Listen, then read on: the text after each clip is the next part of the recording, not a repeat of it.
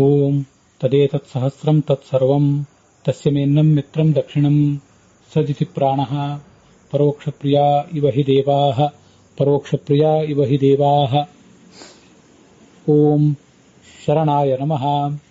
ಓಂ ಪರಿತಾ ಬಭೂವ ತ್ವೇಹ ಯತ್ ಪಿತರಶ್ಚಿನ್ನ ಇಂದ್ರ ವಿಶ್ವಾ ವಾಮಾಜರಿತಾರೋ ಅಸನ್ವನ್ ತ್ವೇ ಗಾವಃ ಸುದುಗಾಸ್ತ್ವೇ ಹ್ಯಶ್ವಾಃ. ಶ್ರೀ ಗುರುಭ್ಯೋ ನಮಃ. ಮಹಾಭಾರತದ ಅನುಶಾಸನ ಪರ್ವದಲ್ಲಿ ವಿಷ್ಣು ಸಹಸ್ರನಾಮ ಸ್ತೋತ್ರದ 89ನೆಯ ನಾಮ ಶರಣ ಅನ್ನೋದು, ಅದರ ಶ್ರವಣವನ್ನು ಮತ್ತೆ ಅದಕ್ಕೆ ಸಂಬದ್ಧವಾದಂತಹ ಪರಿತಾ ಬಭೂವ ಅನ್ನುವ ಬೃಹತಿ ಮಂತ್ರದ ಶ್ರವಣವನ್ನು ಕೂಡ ನಾವಿವತ್ತು ಮಾಡೋರಿದ್ದೇವೆ. ಪೂರ್ವಭಾವಿಯಾಗಿ ಶರಣ ಶಬ್ದಕ್ಕೆ ಏನರ್ಥ ಅಂತ ಅನ್ನೋದನ್ನು ನೋಡೋಣ. ಶರಣ ಶಬ್ದಕ್ಕೆ ಶರಣಂ ಗೃಹ ರಕ್ಷಿತ್ರೋಹ ಅಂತಿರುವಂತೆ ಒಂದು ಮನೆ ಅಂತ ಅರ್ಥ, ಮತ್ತೆ ರಕ್ಷಿತ ಎಲ್ಲರನ್ನು ಕೂಡ ರಕ್ಷಿಸುವವನು ಅಂತ ಅರ್ಥ. ಎಲ್ಲ ಭಕ್ತರಿಗೂ ಇವನೊಂದು ಮನೆ, ಈ ಭಗವಂತನೇ. ಮತ್ತೆ ಯಾರು ಆಪತ್ತಿನಲ್ಲಿ ಸಿಕ್ಕಿದ್ದಾರೆ ಅವರಿಗೆ ರಕ್ಷಕನೂ ಕೂಡ. ಮತ್ತೆ ರಣ ಅಂದ್ರೆ ಶಬ್ದ. ಆ ಭಗವಂತ ನಮಗೆಲ್ಲರಿಗೂ ಆನಂದವನ್ನು ಕೊಡುವಂತಹ ಶಬ್ದ ಉಳ್ಳವನು. ಆತ ನಮಗೆ ಮಾಡುವಂತಹ ಉಪದೇಶ, ಶಾಸ್ತ್ರದ ಉಪದೇಶ, ಇದೆಲ್ಲವೂ ಕೂಡ ಆನಂದದಾಯಕ. ಸ್ವಯಂ ಭಗವಂತ ಶ ಅಂದ್ರೆ ಆನಂದ ರೂಪ, ರ ಅಂದ್ರೆ ಕ್ರೀಡಾ ವಿಹಾರ ರೂಪ, ಮತ್ತೆ ಣ ಅಂದ್ರೆ ಬಲರೂಪ. ಹೀಗೆ ಕೆಲವು ಅರ್ಥಗಳನ್ನು ಅದಕ್ಕೆ ನಾವು ನೋಡಬಹುದು.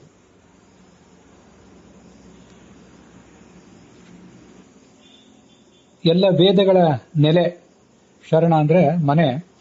ಯಾವುದಕ್ಕೆ ನೆಲೆ? ಎಲ್ಲ ವೇದಗಳಿಗೆ, ವೇದಾಭಿಮಾನಿ ದೇವತೆಗಳಿಗೆ ಅವನು ನೆಲೆಯಾಗಿದ್ದಾನೆ. ಮುಖ್ಯ ಪ್ರತಿಪಾದ್ಯ, ಎಲ್ಲದಕ್ಕೂ ಮುಖ್ಯ ಪ್ರತಿಪಾದ್ಯ ಅಂತ ಅದರ ತಾತ್ಪರ್ಯ. ಈ ಮಂತ್ರವನ್ನ ನಾವೀಗೇನು ನೋಡ್ತಾ ಇದ್ದೇವೆ, ಪರಿತಾ ಬಭೂವ ಅನ್ನುವ ಭಾಗಕ್ಕೆ ಮಾತ್ರ ಆಚಾರ್ಯರ ಋಗ್ಭಾಷ್ಯದಲ್ಲಿ ವ್ಯಾಖ್ಯಾನ ಇದೆ. ಇಷ್ಟನ್ನು ಹೊರತುಪಡಿಸಿದರೆ ಮುಂದೆ ಎಲ್ಲಿಯೂ ಕೂಡ ಆ ವ್ಯಾಖ್ಯಾನ ಕಂಡು ಬರೋದಿಲ್ಲ. ಯಾಕೆಂದ್ರೆ ತ್ವೇಹಯತ್ ಪಿತರಶ್ಚಿನ್ನ ಇಂದ್ರ ಅಂತೇನು ಒಂದು ಭಾಗ ಇದೆ, ಅದು ಋಗ್ಭಾಷ್ಯದಲ್ಲಿ ಇಲ್ಲಿಯವರೆಗೆ ನಾವು ನೋಡಿದಂಥ ಭಾಗ. ಪರಿತಾ ಬಭೂವ ಅನ್ನುವವರೆಗೆ ಏನು ಭಾಗಗಳನ್ನ ನಾವು ನೋಡಿದ್ದೇವೆ, ಅಲ್ಲಿ ಬರುವಂತಹ ಭಾಗ ಅದಲ್ಲ. ಮುಂದೆ ಬರುವಂಥದ್ದೆಲ್ಲವೂ ಕೂಡ 7ನೇ ಮಂಡಲ, ಅಲ್ಲಿ 18ನೇ ಸೂಕ್ತ, ಅಲ್ಲಿಂದ ಸ್ವೀಕೃತವಾದಂಥ ಭಾಗ ಇದು, ತ್ವೇಹಯತ್ ಪಿತರಃ ಇತ್ಯಾದಿಗಳನ್ನ. ಈ ಭಾಗಗಳಿಗೆ ಸಾಯಣಾಚಾರ್ಯರು ಮತ್ತೆ ರಘುನಾಥ ತೀರ್ಥರು, ಭಗವಂತಾಚಾರ್ಯರು ಇವರಲ್ಲಿ ಏನು ವ್ಯಾಖ್ಯಾನ ಮಾಡಿದ್ದಾರೆ ಅಂತ ಅನ್ನೋದನ್ನ ನಾವು ನೋಡ್ತಾ ಮುಂದುವರಿಬೇಕು.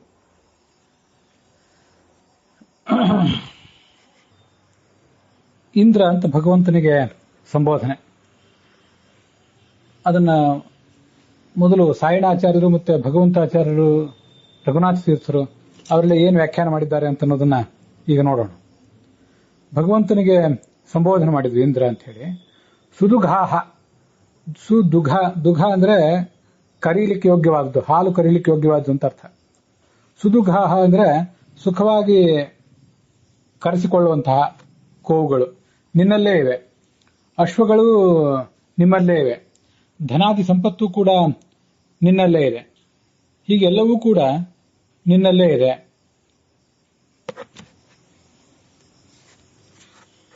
ಹೀಗೆ ಎಲ್ಲವೂ ನಿನ್ನಲ್ಲಿದೆ, ಎಲ್ಲವನ್ನೂ ನೀನೇ ಕೊಡಬಲ್ಲವನಾದ್ದರಿಂದ ಪಿತರಃ, ಪಿತೃದೇವತೆಗಳು, ಪಿತರೋಪಿ ಅಂತ ಸಾಯಣ ಭಾಷೆಯಲ್ಲಿ ಅಷ್ಟೇ ಇದೆ. ಪಿತೃದೇವತೆಗಳು ಅನ್ನೋದ್ರಿಂದ ಚತುರ್ಮುಖ ಮೊದಲಾದ ದೇವತೆಗಳನ್ನ ನಾವು ಪರಿಗ್ರಹಿಸಬೇಕು.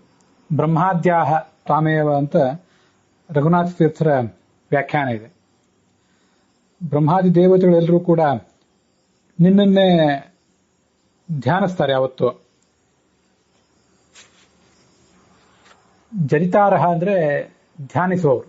ಹಾಗೆ ಧ್ಯಾನಿಸುವ ಮೂಲಕ ನಿನ್ನಿಂದಲೇ ಎಲ್ಲ ಮಂಗಲಗಳನ್ನ, ವಾಮ ಅಂದ್ರೆ ಮಂಗಲ, ವಾಮ ಅಂದ್ರೆ ಕೇವಲ ಅಮಂಗಲ ಕೆಟ್ಟದ್ದು ಅಂತಾನೆ ಏನು ಅರ್ಥ ಅಲ್ಲ. ವಾಮ ಅಂದ್ರೆ ವನನೀಯಾನಿ ಧನಾನಿ ಸಾಯಣ ಭಾಷ್ಯದಲ್ಲಿ. ಯಾಸ್ಕಾಚಾರ್ಯರು ಹಾಗೆ ಹೇಳ್ತಾರೆ, ವಾಮಂ ವನನೀಯಂ ಭವತಿ ಅಂತ. ನಾವೇನನ್ನು ಬಯಸ್ತೀವೋ ಅದೆಲ್ಲವೂ ವಾಮವೇ.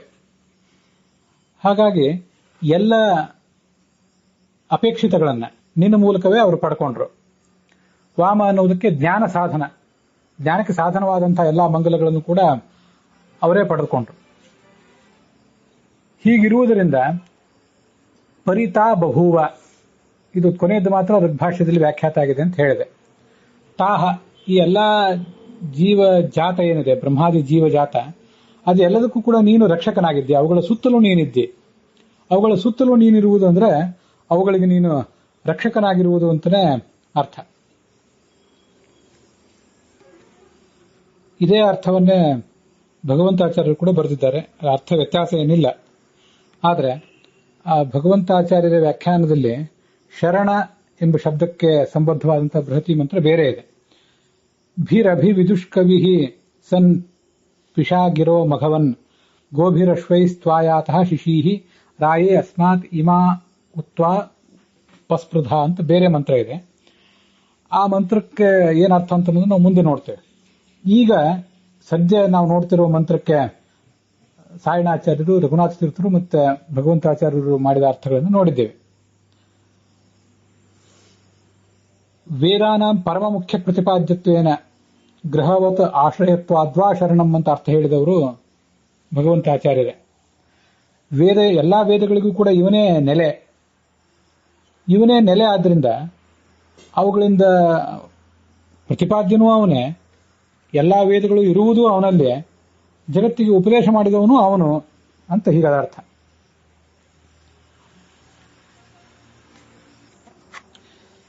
ಈ ಎಲ್ಲ ಅರ್ಥಗಳನ್ನು ಗಮನಿಸಿ ಅದಕ್ಕೆ ಏನು ಅನ್ವಯಾರ್ಥ ಹೇಳಬಹುದು ಮತ್ತೆ ಭಾವಾರ್ಥ ಹೇಳಬಹುದು ಅಂತ ಅನ್ನೋದು ಈ ಮುಂದೆ ನೋಡೋಣ.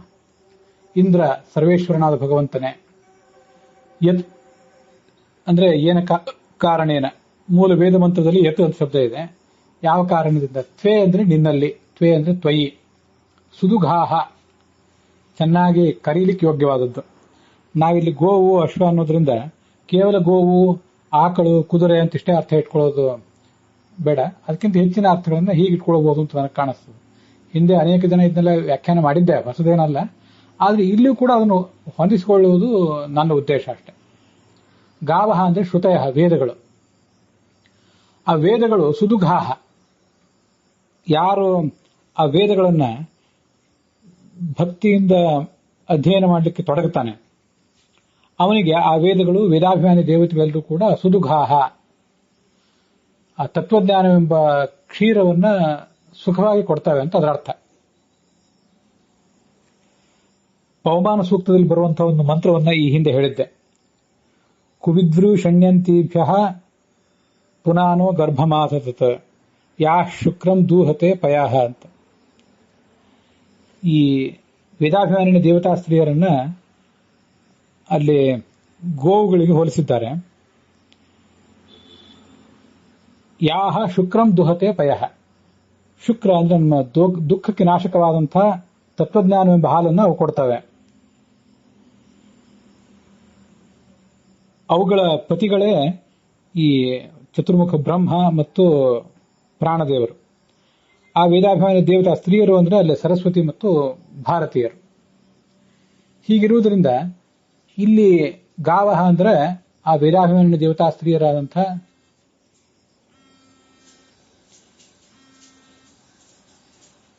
ಸರಸ್ವತಿ, ಭಾರತೀಯರು ಮತ್ತೆ ಲಕ್ಷ್ಮೀದೇವಿಯನ್ನು ಕೂಡ ನಾವು ತಗೊಳ್ಬಹುದು. ಸಂತಿ, ಅವು ನಿಮ್ಮಲ್ಲೇ ಇವೆ. ಭಗವಂತನೇ ನಿನ್ನಲ್ಲೇ ಅವು ನೆಲೆ ಮಾಡಿಕೊಂಡಿವೆ. ಗೋವಿಂದ, ಗೋಪತಿ ಮೊದಲಾದ ಶಬ್ದಗಳಿಂದ ಅವನನ್ನು ನಾವು ಹೇಳ್ತೇವೆ. ಗೋವುಗಳು ಇರುವುದೇ ಅವನಲ್ಲಿ ಅಂತ ತಾತ್ಪರ್ಯ. ಮತ್ತೆ ತ್ವೇ ತ್ವಯಿ ನಿನ್ನಲ್ಲಿಯೇ, ಅಶ್ವಾಹಚ ಇಂದ್ರಿಯಾಣಿಚ. ಇಲ್ಲಿ ಅಶ್ವ ಅಂದ್ರೆ ಕುದುರೆ ಅಂತ ಅಷ್ಟೇ ಅರ್ಥ ಇಟ್ಕೊಳ್ಳೋದು ಬೇಡ, ಇಂದ್ರಿಯಗಳು ಅಂತ ಅರ್ಥ ಇಟ್ಕೊಳ್ಳೋಣ. ವೇದೋಪದೇಶ ಕರಣಾನಿ ಇಂದ್ರಿಯಾಣಿಚ. ಆ ವೇದಗಳು ನಿನ್ನಲ್ಲೇ ಇವೆ. ಆ ವೇದಗಳನ್ನು ಅರ್ಥ ಮಾಡಿಕೊಳ್ಳಿಕ್ಕೆ ಬೇಕಾದಂಥ ಮತ್ತು ವೇದವನ್ನ ನಮಗೆಲ್ಲರಿಗೂ ಉಪದೇಶ ಮಾಡಲಿಕ್ಕೆ ಬೇಕಾದಂಥ ಕರ್ಣ ಅಂದ್ರೆ ಇಂದ್ರಿಯ, ನಿನ್ನ ಸ್ವರೂಪಭೂತವಾದಂಥ ಇಂದ್ರಿಯ, ನೀನೇ ಇಂದ್ರಿಯ. ಅಂಥ ಮನಸ್ಸು, ಅಂಥ ಶಕ್ತಿ ಅದು ಕೂಡ ನಿನ್ನಲ್ಲೇ ಇದೆ. ಹೀಗೆ ಅಶ್ವ ಅಂದ್ರೆ ಇಂದ್ರಿಯ ಅಂತ ಅರ್ಥ.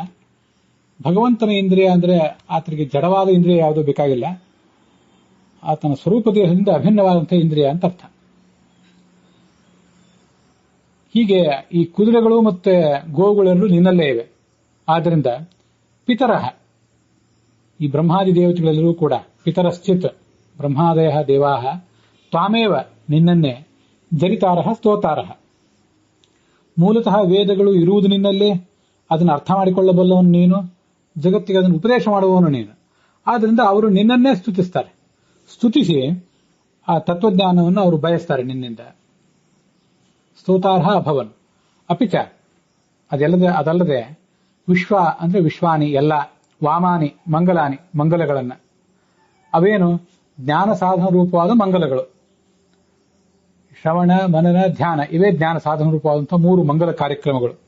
ದಿನನಿತ್ಯ ಬೇರೆ ಯಾವುದೇ ವಿವಾಹ, ಉಪನಯನ ಮೊದಲಾದ ನಮ್ಮ ಮನೆಯಲ್ಲಿ ಮಂಗಲ ಕಾರ್ಯಕ್ರಮ ಇರಲಿ ಬಿಡಲಿ, ಆದರೆ ಶ್ರವಣ, ಮನನ, ಧ್ಯಾನ, ಯಾವುದೇ ಮುಹೂರ್ತ, ಯಾವುದೇ ಜ್ಯೋತಿಷದ ಲೆಕ್ಕಾಚಾರ, ಇದು ಯಾವುದೂ ಇಲ್ಲದೆ ನಿತ್ಯ ನಾವು ನಡೆಸಬಹುದಾದಂತಹ ಮಂಗಲ ಕಾರ್ಯಕ್ರಮ ಅಂದ್ರೆ ಶ್ರವಣ, ಮನನ, ಧ್ಯಾನಗಳು.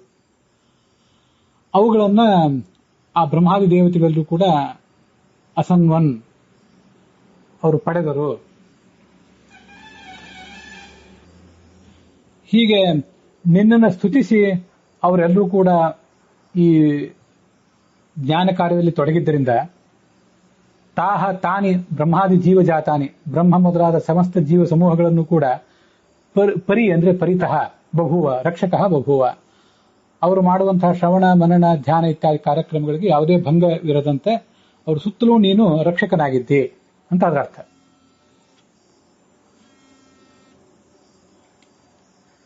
ಅಲ್ಲಿ ಶರಣ ಅಂತಿದೆಯಲ್ಲ, ಶರಣ ಎಂಬ ಶಬ್ದಕ್ಕೆ ಈ ಮಂತ್ರಕ್ಕೆ, ಈ ವೇದ ಮಂತ್ರಕ್ಕೆ ಸಂಬಂಧಪಟ್ಟಂತೆ ಹೀಗೊಂದು ಅರ್ಥ ಮಾಡೋಣ. ಅದೇನರ್ಥ?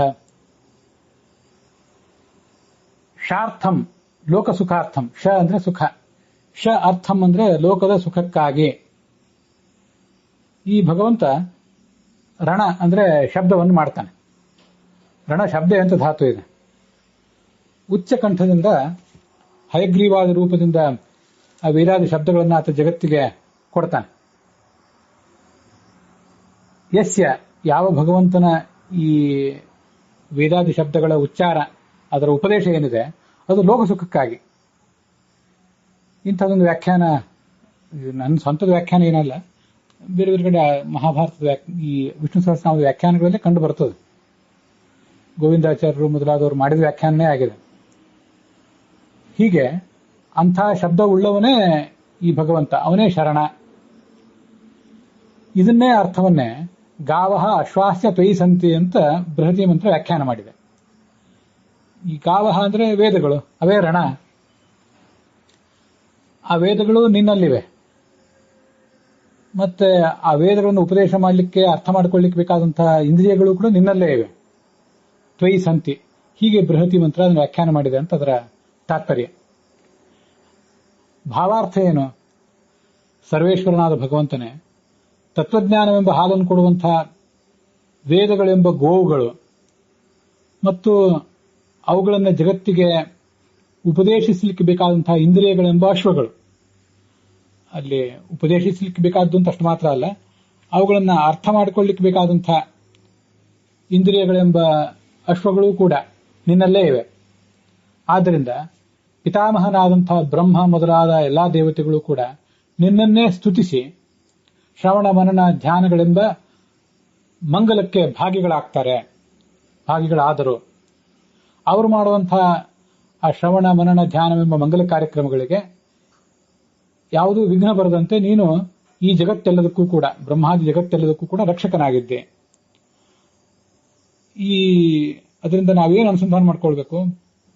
ಭಗವಂತ ನಮ್ಮ ದೋಷನಾಶಕನೂ ಅವನೇ, ಮತ್ತೆ ನಮಗೆ ಜ್ಞಾನ ಕೊಡುವವನು ಅವನೇ, ಮತ್ತೆ ಆ ಜ್ಞಾನವನ್ನು ರಕ್ಷಣೆ ಮಾಡುವಂಥವನು ಕೂಡ ಅವನೇ ಆಗಿದ್ದಾನೆ. ಸರ್ವತ್ರ ಸರ್ವಕೃತ್ಯಾಪಿ ಹಯಗ್ರೀವಾದಿ ರೂಪಕಃ ಜ್ಞಾನಾದಿ ರಕ್ಷಕೋ ವಿಷ್ಣು ಜಾಮದಜ್ಞಾದಿ ರೂಪವಾನ್ ಜ್ಞಾನಾದ್ಯುತ್ಪಾದಕೋ ನಿತ್ಯಂ ಕೃಷ್ಣಾದಿ ದೋಷನಾಶಕ ಅಂತ ಭಾಗವತ ತಾತ್ಪರ್ಯದಲ್ಲಿ ಶ್ಲೋಕ ಹೇಳ್ತಾರೆ. ಎಲ್ಲಾ ರೂಪಗಳಿಂದಲೂ ಎಲ್ಲಾ ಕಾರ್ಯಗಳನ್ನು ಮಾಡಬಲ್ಲವನು ಭಗವಂತ. ಆದರೆ ಹಯಗ್ರೀವಾದಿ ರೂಪೇಣ ಜ್ಞಾನಾದಿ ರಕ್ಷಕ, ಹಯಗ್ರೀವ ಮೊದಲಾದ ರೂಪಗಳಿಂದ ಅವನು ಜ್ಞಾನವನ್ನು ರಕ್ಷಿಸ್ತಾನೆ.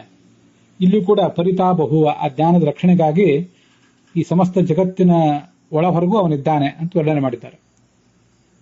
ಜಾಮತಜ್ಞಾದಿ ರೂಪವಾನ್ ಜ್ಞಾನಾದ್ಯುತ್ಪಾದಕ, ಪರಶುರಾಮ ಮೊದಲಾದ ರೂಪಗಳಿಂದ ನಮಗೆ ಬೇಕಾದಂತಹ ತತ್ವಜ್ಞಾನವನ್ನು ಅವನು ಕೊಡ್ತಾನೆ. ಜ್ಞಾನಾದ್ಯುತ್ಪಾದಕ ನಿತ್ಯಂ ಕೃಷ್ಣಾದಿ ದೋಷನಾಶಕ, ಮುಂದೆ ಕೃಷ್ಣ ಮೊದಲಾದ ರೂಪಗಳಿಂದ ನಮ್ಮ ದೋಷಗಳನ್ನು ಕೂಡ ಆತ ಪರಿಹರಿಸ್ತಾನೆ. ಹೀಗೆ ನಮ್ಮ ದೋಷಗಳನ್ನು ಸ್ವಚ್ಛ ಮಾಡಿ ಜ್ಞಾನವನ್ನು ಕೊಟ್ಟು ಆ ಜ್ಞಾನ ಕಾರ್ಯವನ್ನು ನಾವು ಮಾಡುವಾಗ ನಾವು ಬರುವ ವಿಘ್ನಗಳನ್ನ ಮತ್ತೆ ಜ್ಞಾನ ಬಂದಾದ್ಮೇಲೂ ಕೂಡ ಆ ಜ್ಞಾನವನ್ನ ರಕ್ಷಿಸುವಂತಹ ಕಾರ್ಯಕ್ರಮವನ್ನ ಇದೆಲ್ಲವನ್ನು ಕೂಡ ಮಾಡುವಂತವನು ಆ ಭಗವಂತ ಅಂತಾನೆ ಅದರ ತಾತ್ಪರ್ಯ. ಹೀಗೆ ಭಗವಂತನನ್ನ ಜ್ಞಾನದಾಯಕ, ಜ್ಞಾನ ರಕ್ಷಕ ಮತ್ತೆ ದೋಷನಾಶಕ ಅಂತ ಉಪಾಸನೆ ಮಾಡಬೇಕು. ಅದರಲ್ಲಿ ನಮಗೆ ಶರಣಾಗತ ರಕ್ಷಕ ನೀನು ಅಂತ ಉಪದೇಶ ಮಾಡುವುದನ್ನ ತೋರಿಸ್ತದೆ. ಶರಣಾಗತ ರಕ್ಷಕ ಅಂತ ನಾವು ಹೇಳ್ತೇವಲ್ಲ, ಶರಣಾಗತ ರಕ್ಷಕ ಅಂದ್ರೆ ಏನು? ಆಪತ್ತಿಗೆ ಸಿಲುಕಿದಾಗ ನಾವು ಯಾರನ್ನಾದರೂ ಒಬ್ರು ಈ ಆಪತ್ತಿನಿಂದ ನಮ್ಮನ್ನು ಬಿಡಿಸಿರಿ ಅಂತ ನಾವು ಹೋಗ್ತೇವೆ. ನಮಗೆ ಬಂದಿರುವಂತಹ ದೊಡ್ಡ ಆಪತ್ತು ಅಂದ್ರೆ ಈ ಸಂಸಾರವೆಂಬ ಆಪತ್ತಿನ ಮಧ್ಯದಲ್ಲಿ ಸಿಕ್ಕಿದಂಥವ್ರು ನಾವು ಭಗವಂತನನ್ನ ಬಿಡಿಸು ಅಂತ ನಾವು ಹೋಗ್ಬೇಕಾಗಿದೆ. ಅಲ್ಲಿ ಶರಣ ಆಗತ ಅಂತಿದೆಯಲ್ಲ, ಶಮ್ ಅಂದ್ರೆ ಸುಖ, ನಾವೀಗಾಗಲೇ ನೋಡಿದ್ದೀವಿ. ಮುಕ್ತಿಯಲ್ಲಿ ನಮಗೆ ಶಾಶ್ವತವಾದಂತಹ ಸ್ವರೂಪ ಸುಖ ಏನು ಸಿಗಬೇಕಾಗಿದೆ ಅದೇ ಶ. ಅದಕ್ಕಾಗಿರುವಂತಹ ರಣ ಅಂದ್ರೆ ಶಾಸ್ತ್ರಗಳು, ಶರಣ ಅಂತಾಯ್ತು. ಶರಣಾಗತರು ಅಂದ್ರೆ ಆ ಶಾಸ್ತ್ರಕ್ಕಾಗಿ ಬಂದವರು, ಶರಣಾಯ ಆಗತಾಹ. ಆ ಶಾಸ್ತ್ರಗಳನ್ನು ಭಗವಂತನೇ ನೀನು ನಮಗೆ ಉಪದೇಶಿಸು, ಅರ್ಥ ಮಾಡು, ನಮ್ಗೆ ಅರ್ಥ ಮಾಡಿಕೊಳ್ಳುವ ಶಕ್ತಿಯನ್ನು ನಮಗೆ ಕೊಡು ಅಂತ ಹೋದವರು ಇವರು ಶರಣಾಗತರು. ಅವ್ರನ್ನ ಅವನು ರಕ್ಷಿಸ್ತಾನೆ ಅಂತ ಅರ್ಥ. ಆಪತ್ತಿಗೆ ಸಿಕ್ಕಿಬಿದ್ದವರು ಅವ್ರನ್ನ ರಕ್ಷಿಸ್ತಾನೆ. ಅಲ್ಲಿ ಶರಣ ಎಂಬ ಶಬ್ದಕ್ಕೆ ಮನೆ ಅಂತಾನೆ ಅರ್ಥ ಇದೆ, ಮತ್ತೆ ರಕ್ಷಿತ ಅಂತನೂ ಅರ್ಥ ಇದೆ. ಅದು ಸರಿಯೇ, ಶರಣ ಎಂಬ ಶಬ್ದಕ್ಕೇನೆ ಆ ಅರ್ಥ ಇದೆ. ಅದಲ್ಲದೆ ಶರಣಾಗತ ರಕ್ಷಕ ಅಂತ ಈಗೆಲ್ಲ ನಾವು ಬೇರೆ ಬೇರೆ ಸಂದರ್ಭದಲ್ಲಿ ಪ್ರಯೋಗ ಮಾಡ್ತಿರ್ತೀವಲ್ಲ, ವೇದಾದಿ ಶಾಸ್ತ್ರಗಳನ್ನು ನಾವು ಅಧ್ಯಯನ ಮಾಡಬೇಕಾಗಿದೆ. ಅದಕ್ಕಾಗಿ ಆ ರಣ ಅಂದ್ರೆ ವೇದಾದಿ ಶಾಸ್ತ್ರಗಳು, ಅದರ ಅಧ್ಯಯನಕ್ಕಾಗಿ, ಅದರ ತಿಳುವಳಿಕೆಗಾಗಿ ಆಗತರು ನಾವು ನಿನ್ನ ಬಳಿಗೆ ಬಂದಿದ್ದೇವೆ, ನೀನು ನಮ್ಮನ್ನು ರಕ್ಷಿಸಬೇಕು ಅಂತ ಹೀಗೆ ಅಲ್ಲೊಂದು ಭಾವ ಇರಬೇಕು ನಮ್ಗೆ. ಹಾಗೆ ಮಾಡಿದಾಗ ಭಗವಂತ ನಮ್ಮ ಶ್ರವಣ ಮನನ ಧ್ಯಾನ ಇತ್ಯಾದಿಗಳೆಲ್ಲವೂ ಕೂಡ ನಿರ್ವಿಘ್ನವಾಗಿ ಮುಂದುವರಿಯುವಂತೆ ಮಾಡ್ತಾನೆ. ಸರ್ವಧರ್ಮಾನ್ ಪರಿತ್ಯಜ್ಯ ಮಾಮೇಕಂ ಶರಣಂ ವ್ರಜ ಅಹಂ ತ್ವಾಂ ಸರ್ವಪಾಪೇಭ್ಯ ಮೋಕ್ಷಯಿಷ್ಯಾಮಿ ಮಾ ಶುಚಃ. ಶಾಸ್ತ್ರದಲ್ಲಿ ಅನೇಕ ಧರ್ಮಗಳನ್ನು ಹೇಳಿದ್ದಾರೆ. ಒಬ್ಬೊಬ್ಬರಿಗೊಂದೊಂದು ಧರ್ಮ, ಪುರುಷರಿಗೊಂದು ಧರ್ಮ, ಸ್ತ್ರೀಗೊಂದು ಧರ್ಮ, ಒಂದೊಂದು ವರ್ಣಕ್ಕೊಂದೊಂದು ಧರ್ಮ, ಒಂದೊಂದು ಆಶ್ರಮಕ್ಕೊಂದೊಂದು ಧರ್ಮ, ಹೀಗೆಲ್ಲ ಅನೇಕ ಧರ್ಮಗಳೆಲ್ಲ ಶಾಸ್ತ್ರದಲ್ಲಿ ಹೇಳಿರ್ತಾರೆ. ನಮಗೆ ಯಾವ್ಯಾವ ಸಂದರ್ಭದಲ್ಲಿ ಏನೇನು ಮಾಡಬೇಕು ಅಂತ ಅನ್ನೋದು ಒಂದು ಗೊಂದಲಕ್ಕೂ ಕೂಡ ಕಾರಣ ಆಗಬಹುದು. ಹೀಗೆಲ್ಲ ಇದ್ದಾಗ ಯಾವ ಧರ್ಮವನ್ನು ಆಚರಣೆ ಮಾಡಬೇಕು ಅಂದ್ರೆ ಭಗವಂತನಿಗೆ ನಾವು ಶರಣು ಹೋಗುವುದೇ ಪರಮಧರ್ಮ. ಅಂತ ಪರಮಧರ್ಮವನ್ನೇ ಯಾವತ್ತೂ ಆಚರಣೆ ಮಾಡಬೇಕು. ಕೋಧರ್ಮ ಸರ್ವಧರ್ಮಾನ ಭವತಃ ಪರಮೋಮತಃ. ಎಲ್ಲಾ ಧರ್ಮಗಳಲ್ಲೂ ಅತ್ಯಂತ ಮುಖ್ಯವಾದ ಧರ್ಮ ಯಾವುದು ನಿನ್ನ ದೃಷ್ಟಿಯಿಂದ ಅಂತ ಭೀಷ್ಮರನ್ನ ಯುಧಿಷ್ಠಿರ ಕೇಳಿದ್ದ. ಆವಾಗಲೇ ವಿಷ್ಣು ಸಹಸ್ರನಾಮ ಸ್ತೋತ್ರದ ಒಂದು ಭಾಗ ಪ್ರಾರಂಭ ಆಗಿತ್ತು ಅನುಶಾಸನ ಪರ್ವದಲ್ಲಿ. ಭಗವಂತನ ಗುಣವಾಚಕಗಳಾದ ನಾಮಗಳಿಂದ ಅವನನ್ನು ಸ್ತುತಿಸುವುದೇ ಅತ್ಯಂತ ದೊಡ್ಡ ಧರ್ಮ ಅಂತ ಭೀಷ್ಮರು ಆ ಗುಣವಾಚಕಗಳಾದಂತಹ ನಾಮಗಳನ್ನ ಭಗವಂತನಿಗೆ ಪ್ರಿಯವಾದದ್ದನ್ನ ಈ ಯುಧಿಷ್ಠಿರಾದಿಗಳಿಗೆ ವರ್ಣನೆ ಮಾಡಲಿಕ್ಕೆ ತೊಡಗಿದ್ರು. ಹೀಗೆ ಕೋಧರ್ಮ ಸರ್ವಧರ್ಮಾನಾಂ ಭವತಃ ಪರಮೋಮತಃ, ಯಾವುದು ಉಳಿದೆಲ್ಲಾ ಧರ್ಮಗಳಲ್ಲಿಯೂ ಅತ್ಯಂತ ಮುಖ್ಯ ಧರ್ಮ ಅಂದ್ರೆ ಇದು. ಈ ಧರ್ಮಕ್ಕೆ ಯಾವತ್ತೂ ಚ್ಯುತಿ ಬರಬಾರದು. ಇನ್ಯಾವುದ್ಯಾವುದೋ ಧರ್ಮಕ್ಕೆ ಕೆಲವು ಬಾರಿ ಚ್ಯುತಿ ಬಂದರೂ ಆಯ್ತು, ಬರದೇ ಇದ್ರೂ ಆಯ್ತು. ಆ ಧರ್ಮವನ್ನು ನಿರಾಕರಿಸಬೇಕು, ಅದರ ಬಗ್ಗೆ ತಿರಸ್ಕಾರ ಮಾಡಬೇಕು, ತಾತ್ಸಾರ ಮಾಡಬೇಕು ಅಂತ ಅಭಿಪ್ರಾಯ ಅಲ್ಲ. ಅನೇಕ ಬಾರಿ ಅದನ್ನ ಆಚರಣೆಗೆ ತರೋದು ಕಷ್ಟ ಆಗಬಹುದು, ಯಾವುದು ಧರ್ಮ ಅಂತಾನೆ ಗೊತ್ತಾಗದೇ ಇರಬಹುದು. ತಸ್ಮಾತ್ ತ್ವಂ ಗಹನಾನ್ ಸರ್ವಾನ್ ತ್ಯಕ್ವಾ ಶಾಸ್ತ್ರಾರ್ಥ ವಿಸ್ತರಾನ್ ಅನನ್ಯಚೇತ ಧ್ಯಾಯಸ್ವ ನಾರಾಯಣ ಮಜಂ ವಿಭುಂ ಅಂತನೂ ಕೂಡ ಇದೇ ಅನುಶಾಸನ ಪರ್ವದಲ್ಲಿ ಬಂದ ಶ್ಲೋಕ. ಗಹನಾನ್ ಸರ್ವಾನ್ ಶಾಸ್ತ್ರಾರ್ಥ ವಿಸ್ತರಾನ್. ಶಾಸ್ತ್ರ ಬಹಳ ದೊಡ್ಡದಾಗಿದೆ, ಬಹಳ ಆಳವಾಗಿದೆ. ಅದು ನಿನಗೆ ಅರ್ಥ ಆಗದೆ ಹೋದ್ರೆ ಅದನ್ನು ಪರಿತ್ಯಡಿಸುವುದು ಅಂದ್ರೆ ಅದನ್ನ ಅರ್ಥ ಮಾಡಿಕೊಳ್ಳುವ ಗೋಜಿಗೆ ಹೋಗಬೇಡ, ಅದನ್ನು ತಿರಸ್ಕರಿಸುವಂತ ಅರ್ಥ ಅಲ್ಲ. ಸದ್ಯ ಅದನ್ನು ಬದಿಗಿಡು. ಆ ಎಲ್ಲಾ ಧರ್ಮಗಳಿಗೂ ಕೂಡ ಶಾಸ್ತ್ರದಲ್ಲಿ ಹೇಳಲ್ಪಟ್ಟಂತಹ ಬೇರೆ ಬೇರೆ ತರದ ಬೇರೆ ಬೇರೆ ವ್ಯಕ್ತಿಗಳ ಕುರಿತಾದ ಏನು ಧರ್ಮಗಳಿವೆ, ಆ ಎಲ್ಲಾ ಧರ್ಮಕ್ಕೂ ಕೂಡ ಬುನಾದಿಯಾಗಿರುವಂತಹ ಭದ್ರವಾದ ಬುನಾದಿಯಾಗಿರುವಂತಹ ಧರ್ಮ ಅಂದ್ರೆ ಭಗವಂತನಿಗೆ ಶರಣಾಗತಿ. ರಕ್ಷತಿ ಇತ್ಯೇವ ವಿಶ್ವಾಸಃ ತದೀಯೋಹಮಿತಿ ಸ್ಮೃತಿ ಶರಣಾಗತಿರಿತ್ಯೇಷ ವಿಷ್ಣೋರ್ ಮೋಕ್ಷ ಫಲಪ್ರದ. ರಕ್ಷತಿ ಇತ್ಯೇವ ವಿಶ್ವಾಸಃ, ಏನಾದರೂ ಮಾಡಿ ನಮ್ಮನ್ನು ರಕ್ಷಿಸ್ತಾನೆ, ನಾನು ಅವನ ಪ್ರತಿಬಿಂಬ ಎಂಬ ಎಚ್ಚರ ಯಾವತ್ತೂ ಕೂಡ. ಇದಕ್ಕೆ ಶರಣಾಗತಿ ಅಂತ ಕರೀತಾರೆ. ಶರಣಾಗತಿರಿತ್ಯೇಷ ವಿಷ್ಣೋರ್ ಮೋಕ್ಷ ಫಲಪ್ರದ. ಇದರ ಫಲವೇ ಮೋಕ್ಷ. ಈಗ ನಾನು ಹೇಳಿದ ಶ್ಲೋಕ ಗೀತಾ ಪ್ರಸ್ಥಾನದಲ್ಲಿ ಆಚಾರ್ಯ ಉದ್ಧರಿಸಿದಂತಹ ಶ್ಲೋಕ. ಹೀಗೆ ಭಗವಂತನನ್ನ ನಾವು ಶರಣ, ಸಂಸಾರವೆಂಬ ಆಪತ್ತು ಬಂದಿದೆ, ಅದರಿಂದ ನಮ್ಮನ್ನು ರಕ್ಷಿಸಬೇಕು, ನೀನು ರಕ್ಷಿಸಬೇಕು. ಅದು ಶರಣ ಅನ್ನೋದಕ್ಕೆ ರಕ್ಷಕ ಅಂತ ಅರ್ಥ. ಮುಂದೆ ರಕ್ಷಿಸಿ ನೀನು ನಮಗೆ ಶರಣನಾಗಬೇಕು. ಕೊನೆಗೆ ಒಂದು ನೆಲೆ, ನಿನ್ನಲ್ಲೇ ಬಂದು ನಾವು ಸೇರಬೇಕು. ನೀನೇ ನಮಗೊಂದು ಮನೆ, ಈ ಮನೆಯನ್ನ ನಾವು ತ್ಯಾಗ ಮಾಡಿ ಈ ಮನೆ ಸುಮ್ಮನೆ ಅಂತ ತಿಳಿದು ಅಲ್ಲಿರುವುದು ನಮ್ಮ ಮನೆ ಅಂತ ತಿಳಿದು ಆ ಮನೆಗೆ ನಾವು ಹೋಗಬೇಕು. ಹಾಗೆ ಶರಣ ಅನ್ನೋ ಶಬ್ದಕ್ಕೆ ಆ ಮನೆ ಅಂತನೂ ಅರ್ಥ ಇದೆ. ಇಮಾಂ ಘೋರಾಂ ಅಶಿವಾಂ ನದೀಂ ತೀರ್ಥ ತೇನೇವ ಸೇತುನ ಮೋದತೆ ಪ್ರಮೋದತೆ ಆನಂದೇ ಭವತೆ. ಅಮಂಗಲಕರವಾದಂತಹ ಸಂಸಾರ ಇದು. ಈ ಸಂಸಾರವನ್ನ ಸೇತುವೆ ಮೂಲಕ ದಾಟಬೇಕು. ಸೇತುವೆ ಯಾರು? ಅನೇನ ಸೇತುನ ತೀರ್ಥ, ಭಗವಂತನೇ ಸೇತುವೆ. ಹೋಗಿ ತಲುಪಬೇಕಾದ ಮನೆ ಯಾವುದು? ಭಗವಂತನೇ ಮನೆ. ಹೀಗೆ ಸೇತುವೆಯೂ ಅವನೇ, ಮನೆಯೂ ಅವನೇ. ಅವನನ್ನೇ ಶರಣ, ಸೇತು ಇತ್ಯಾದಿ ಶಬ್ದಗಳಿಂದ ಅದಕ್ಕಾಗಿ ಶಾಸ್ತ್ರ ಹೇಳಿದೆ. ಭಾಗವತದಲ್ಲೂ ಕೂಡ 8:2:33 ಅರಣಂ ತಮೀಮಹಿ, ಅರಣ ಅಂತ ಶಬ್ದ ಪ್ರಯೋಗ ಮಾಡಿದ್ದಾರೆ. ಅರಣ ಅಂದ್ರು ಶರಣ ಅಂದ್ರು ಅದೇ ಅರ್ಥ. ಈ ಅಂತಕ ಮೃತ್ಯು ಅನ್ನೋದೊಂದು ಹಾವು ನಮ್ಮನ್ನು ಬೆನ್ನಟ್ಟಿ ಬರ್ತಾ ಇದೆ. ಅದಕ್ಕೆ ಹೆದರಿ ನಾವು ಭಗವಂತನಿಗೆ ಶರಣ ಹೋದ್ರೆ ಆತ ನಮ್ಮನ್ನು ಕಾಪಾಡ್ತಾನೆ. ಮತ್ತೆ ಆ ಭಗವಂತನಿಗೆ ಮೃತ್ಯುವೂ ಹೆದರ್ತದೆ. ಅಂಥ ಭಗವಂತನನ್ನು ನಾನು ಶರಣ ಹೋಗ್ತೇನೆ. ಭೀತಂ ಪ್ರಪನ್ನಂ ಪರಿಪಾತಿ ಯದ್ಭಯಾತ್ ಮೃತ್ಯು ಪ್ರಧಾವತ್ಯರಣಂ ತಮೀಮಹಿ. ಅಜ್ಞಾನಾಂ ಜ್ಞಾನಿನಾಂ ಚೈವ ಮುಕ್ತಾನಾಂ ಶರಣಂ ಹರಿಹಿ ಅಂತ ನಾರದ ಪುರಾಣದ ಮಾತು, ಗೀತಾ ಪ್ರಸ್ಥಾನದಲ್ಲಿ ಉದ್ಧೃತವಾದ್ದು. ಅಜ್ಞಾನಿಗಳಿಗೂ ಅವನೇ ರಕ್ಷಕ, ಜ್ಞಾನ ಕೊಡ್ಲಿಕ್ಕಾಗಿ. ಜ್ಞಾನ ಬಂದಾದ್ಮೇಲೂ ಅವನೇ ರಕ್ಷಕ, ಜ್ಞಾನ ಬಂದು ಮುಕ್ತಿಗೆ ಹೋದ್ಮೇಲೂ ಅವನೇ ರಕ್ಷಕ. ಗತಿರ್ಭರ್ತ ಪ್ರಭು ಸಾಕ್ಷಿ ನಿವಾಸ ಶರಣಂ ಸುಹೃತ್ ಅಂತ ಗೀತಾದಲ್ಲೇ ಇದೆ. ಅವನು ನಮಗೆ ಗತಿ, ಅವನೇ ನಮ್ಮ ಯಜಮಾನ, ಅವನೇ ನಮಗೆ ಸಾಕ್ಷಿ. ನಿವಾಸ ಅಂತನೂ ಶರಣ ಶಬ್ದಕ್ಕೆ ಮನೆ ಅಂತನೂ ಅರ್ಥ ಇದೆ, ಅದನ್ನು ಅಲ್ಲಿ ತಗೊಂಡಿದ್ದಾರೆ. ನಮ್ಮ ಗೆಳೆಯನೂ ಅವನೇ ಆಗಿದ್ದಾನೆ. ಹೀಗೆ ಭಗವಂತನನ್ನ ಆ ಒಂದು ಮನೆ ಅಂತ ನಾವು ಉಪಾಸನೆ ಮಾಡಲಿಕ್ಕೆ, ರಕ್ಷಕ ಅಂತ ಉಪಾಸನೆ ಮಾಡಲಿಕ್ಕೆ ತುಂಬಾ ಸುಲಭವಾದಂತಹ ಶಬ್ದ ಇದು. ಸತ್ಪಾಂಥ ಜನಗೇಹಾಯ ನಮೋ ನಾರಾಯಣಾಯತೆ ಅಂತ ದ್ವಾದಶ ಸ್ತೋತ್ರದಲ್ಲಿ ಭಕ್ತರೆಂಬ ದಾರಿ ಹೋಕರಿಗೆ ನೀನೊಂದು ನೆಲೆ, ಮನೆ ಅಂತ ಆಚಾರ್ಯ ಸ್ತೋತ್ರ ಮಾಡಿದ್ದಾರೆ. ಅದುಃಖಮಿತರತ್ ಸರ್ವಂ ಜೀವಾಯೇವತು ದುಃಖಿನಃ ತೇಷಾಂ ದುಃಖ ಪ್ರಹಾಣಾಯ ಶ್ರುತಿರೇಷ ಪ್ರವರ್ತತೆ. ಜೀವರಿಗೆ ದುಃಖ ಇರೋದು, ಆ ದುಃಖದ ಪರಿಹಾರಕ್ಕಾಗಿಯೇ ವೇದ ಹೊರಟಿದೆ ಅಂತ ಒಂದು ಕಡೆ ಶಾಸ್ತ್ರ ಹೇಳ್ತದೆ. ಸುಖ ಸಾಧನಮೇವೈಕಂ ನೃಣಾಂ ವೇದ ಪ್ರವರ್ತಯೇತ್, ಬೃಹದಾರಣ್ಯಕ ಭಾಷ್ಯದಲ್ಲಿ ಬಂದಂತಹ ಬ್ರಹ್ಮಪುರಾಣದ ಮಾತದು. ವೇದ ಸುಖ ಸಾಧನವಾದ ಮಾರ್ಗವನ್ನು ನಮಗೆ ತಿಳಿಸ್ತದೆ.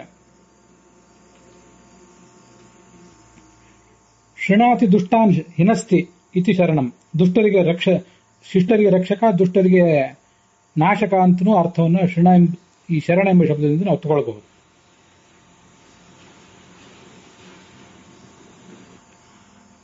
ಶರಣ ಎಂಬ ಮಾತಿಗೆ ಮೋಕ್ಷ ಅಂತನೂ ಅರ್ಥ ಇದೆ. ಬ್ರಹ್ಮಪುರಾಣದ ಮಾತೊಂದು ಭಾಗವತ ತಾತ್ಪರ್ಯದಲ್ಲಿ 2.6.6 ಅಲ್ಲಿ ಉದ್ಧೃತ ಆಗಿದೆ. ಮೋಕ್ಷ ಶಾಂತಿಶ್ಚ ಶರಣಂ ನಿರ್ವಾಣಂಚ ಅಭಿಧೇಯತೆ ಅಂತ. ಹಾಗಾಗಿ ಶರಣ ಅಂದ್ರೆ ಮೋಕ್ಷ, ಶರಣಾಗತರು ಅಂದ್ರೆ ಮೋಕ್ಷಕ್ಕಾಗಿ ಆಗತರು. ಮೋಕ್ಷವನ್ನು ಕೊಡು ನಮಗೆ ಭಗವಂತನೇ, ಸಂಸಾರದಿಂದ ಬಿಡಿಸು ಅಂತ ಕೇಳ್ಕೊಳ್ಳೋರೆಲ್ಲರೂ ಶರಣಾಗತರೇ. ಅವರಿಗೆ ಈ ಭಗವಂತ ರಕ್ಷಕ ಅಂತ ಅದರ ತಾತ್ಪರ್ಯ.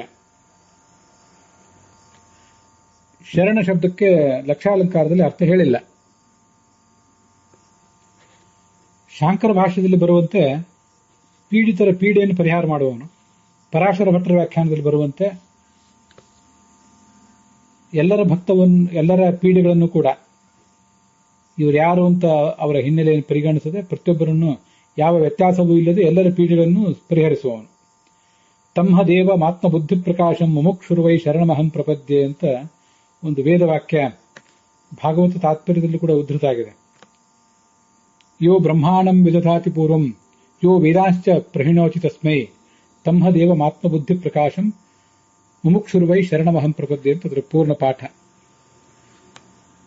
ಯೋ ಬ್ರಹ್ಮಾಣಂ ವಿದಧಾತಿ ಪೂರ್ವಂ, ಮೊದಲು ಬ್ರಹ್ಮನನ್ನು ಸೃಷ್ಟಿಸಿದವನವನು, ಅವನಿಗೆ ವೇದವನ್ನು ಉಪದೇಶಿಸಿದವನವನು, ಅವನು ಆತ್ಮಬುದ್ಧಿ ಪ್ರಕಾಶ ಸ್ವಯಂ ಪ್ರಕಾಶನಾದಂತಹ ಭಗವಂತ. ಅವನಿಗೆ ನಾನು ಮೋಕ್ಷದ ಕಾರಣ ಮೋಕ್ಷವನ್ನು ಬಯಸಿ ಅವನಿಗೆ ಶರಣ ಹೋಗ್ತೇನೆ ಅಂತ ಅಲ್ಲಿ ಬಂದಿದೆ.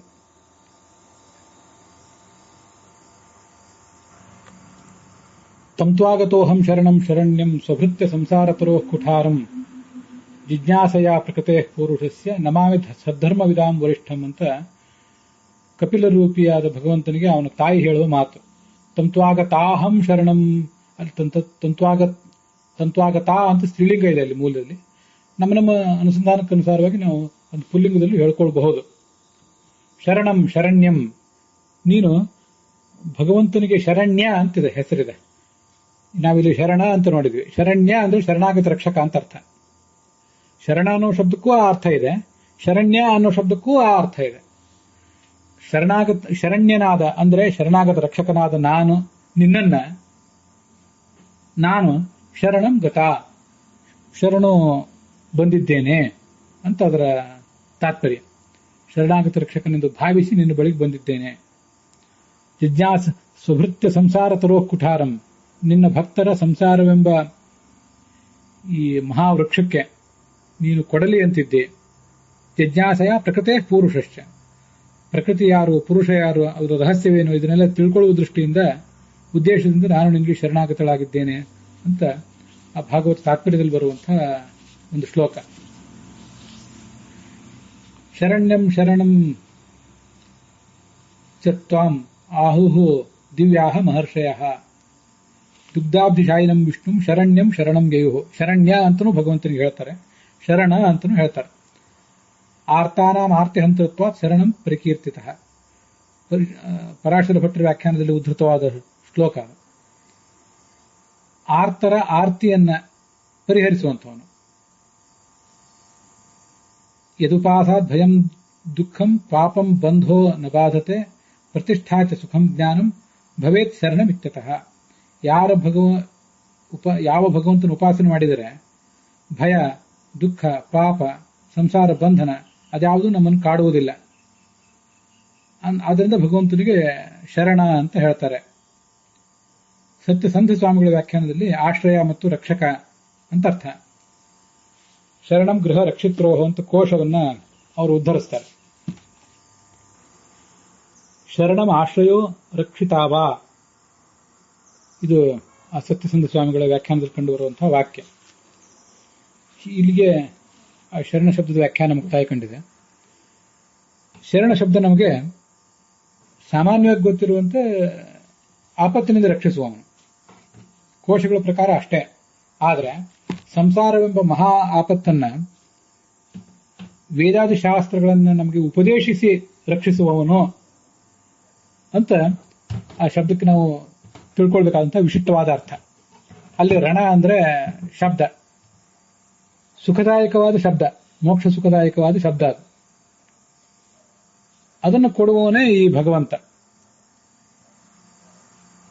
ಹೀಗೆ ನಮಗೆ ಸಾಧನೆಗೆ ಬೇಕಾದಂತಹ ಲೌಕಿಕವಾದಂತಹ ಆಪತ್ತುಗಳ ಪರಿಹಾರ ಮತ್ತೆ ಪಾರಲೌಕಿಕವಾದ ಆಪತ್ತಿನ ಪರಿಹಾರ, ಎಲ್ಲಾ ಆಪತ್ತುಗಳ ಪರಿಹಾರಕ್ಕೂ ಕೂಡ ಏಕಮಾತ್ರ ಶಬ್ದ ಶರಣ ಅನ್ನೋ ಶಬ್ದ. ಹಾಗೆ ಭಗವಂತನ ಅದು ನಪುಂಸಕಲಿಂಗ ಶಬ್ದ. ಅದು ಭಗವಂತನನ್ನ ಶರಣಂ ಎಂಬುದಾಗಿ ಸ್ತ್ರೀಯರು ಕೂಡ ಹೇಳಬಹುದು, ಪುರುಷರು ಹೇಳಬಹುದು. ಭಗವಂತ ಸ್ತ್ರೀಪುಂ ದೋಷ ವಿಹೀನ. ಸ್ತ್ರೀಯಲ್ಲಿ ಅವನಿಗೆ ಸ್ತ್ರೀ ರೂಪವೂ ಇದೆ, ಪುರುಷ ರೂಪವೂ ಇದೆ, ಹೌದು. ಆದರೆ ಸ್ತ್ರೀಯರಲ್ಲಿರುವ ದೋಷವೂ ಅವನಲ್ಲಿಲ್ಲ. ಪುರುಷರಲ್ಲಿರುವಂತಹ ಲೌಕಿಕ ಪುರುಷ ದೇಹವನ್ನು, ಲೌಕಿಕ ಸ್ತ್ರೀ ದೇಹವನ್ನು ಪಡೆದಂಥವ್ರು ಯಾರಿದ್ದಾರೆ ಅವರಲ್ಲಿ ಯಾರಲ್ಲೂ ಇರುವಂತಹ ಯಾವ ದೋಷವೂ ಆತನಲ್ಲಿಲ್ಲ. ವಿಷ್ಣೋರ್ ನಪುಂಸಕಾಕಾರೋ ನೈವಾಸ್ತಿ ಕ್ವಚನ ಪ್ರಭೋಹ. ನಪುಂಸಕ ರೂಪ ಅವನಿಗಿಲ್ಲ. ತಥಾ ಪ್ಯರಾಗಾಕೃಷ್ಟತ್ವ ತಚ್ಛಬ್ದೈರಪಿ ಭಣ್ಯತೆ. ಆದರೆ ಲೌಕಿಕ ಸ್ತ್ರೀ ಪುರುಷರಿಗಿರುವಂತಹ ಪರಸ್ಪರ ಆಕರ್ಷಣೆ ಯಾವುದು ಅವನನ್ನ ಎಂದು ಕಾಡುವುದಿಲ್ಲ. ಅದಕ್ಕಾಗಿ ಆತನನ್ನು ನಪುಂಸಕಲಿಂಗದಲ್ಲಿ ಹೇಳ್ತಾರೆ. ನಾವು ಭಗವಂತನನ್ನು ಉಪಾಸಿಸುವವರೆಲ್ಲರೂ ಕೂಡ ಸ್ತ್ರೀಯರು ಅಥವಾ ಪುರುಷರು ಇಲ್ಲಿದ್ದವರು. ಕಾರಣಾಂತರಗಳಿಂದ, ದೈಹಿಕ ನ್ಯೂನಗತಿಗಳಿಂದ ನಪುಂಸಕರಾದವರು ಭಗವಂತನನ್ನ ಉಪಾಸಿಸಬಾರದು ಅಂತಲ್ಲ, ಅವರು ಉಪಾಸಿಸ್ತಾರೆ. ಸಾಮಾನ್ಯವಾಗಿ ಸ್ತ್ರೀ ಪುರುಷರನ್ನ ಉಪಾಸಿಸ್ತಾ ಇರ್ತೇವೆ. ನಮ್ಮೆಲ್ಲರನ್ನೂ ಕಾಪಾಡಬೇಕಾದವನು ಈ ಲೌಕಿಕವಾದ ಸ್ತ್ರೀಯರಲ್ಲಿರುವ ದೋಷಗಳು, ಲೌಕಿಕವಾದ ಪುರುಷರಲ್ಲಿರುವಂತಹ ದೋಷಗಳು, ಈ ಎಲ್ಲ ದೋಷಗಳಿಂದ ಅತೀತನಾದಂತಹ ಭಗವಂತನೇ ನಮ್ಮನ್ನು ಕಾಪಾಡಬೇಕು. ಅದಕ್ಕಾಗಿ ಶರಣಮೆಂಬ ನಪುಂಸಕಲಿಂಗ ಶಬ್ದವನ್ನೇ ಅಲ್ಲಿ ತಗೊಂಡಿದ್ದಾರೆ. ಹಾಗೆ ಅವನು ನಮ್ಮನ್ನು ಕಾಪಾಡಿದಾಗಲೇ ನಾವು ಈಗಿರುವ ಈ ಪುರುಷ ದೇಹ, ದೋಷಗಳಿಗೆ ಆಶ್ರಯವಾದ ಪುರುಷ ದೇಹ, ದೋಷಗಳಿಗೆ ಆಶ್ರಯವಾದಂತಹ ಸ್ತ್ರೀ ದೇಹ, ಈ ಭೌತ ದೇಹ, ಅನಿರುದ್ಧ ದೇಹ, ಲಿಂಗದೇಹ, ಇದನ್ನೆಲ್ಲವನ್ನು ಕೂಡ ಕಳೆದುಕೊಂಡು ಮುಂದೆ ನಮ್ಮ ದೋಷರಹಿತವಾದಂತಹ ಸ್ವರೂಪ ದೇಹ, ಅದು ನಮ್ಮದು ನಾವು ಪುರುಷರಾಗಿದ್ದ ಪುರುಷ ದೇಹ, ಸ್ತ್ರೀಯರಾಗಿದ್ದರೆ ಸ್ತ್ರೀ ದೇಹ, ಅದನ್ನು ನಾವು ಪಡ್ಕೊಳ್ತೀವಿ. ಭೌತಿಕವಾದನ್ನು ಕಳ್ಕೊಂಡು ಅಲೌಕಿಕವಾದನ್ನು ಪಡ್ಕೋಬೇಕಾಗಿದೆ. ಯಾಕೆಂದ್ರೆ ಭೌತಿಕವಾದದಲ್ಲಿ ಅನೇಕ ದೋಷಗಳಿವೆ, ಅಲೌಕಿಕವಾದರಲ್ಲಿ ಆ ದೋಷಗಳಿಲ್ಲ ಅನ್ನುವುದನ್ನೇ ಈ ಶಬ್ದ ನಾವು ತೋರಿಸ್ತದೆ. ಅದಕ್ಕಾಗಿ ಆ ನಪುಂಸಕಲಿಂಗ ಶಬ್ದವನ್ನು ಪ್ರಯೋಗ ಮಾಡಿದ್ದಾರೆ. ಇದು ಸಾಧನೆ ಎಲ್ಲಾ ಹಂತದಲ್ಲೂ ನಮಗೆ ತುಂಬಾ ಉಪಯುಕ್ತವಾದಂತಹ ಒಂದು ಶಬ್ದ. ಅಲ್ಲಿಗೆ ಈ ಭಾಗ ಸಮಾಪ್ತ ಆಗಿದೆ.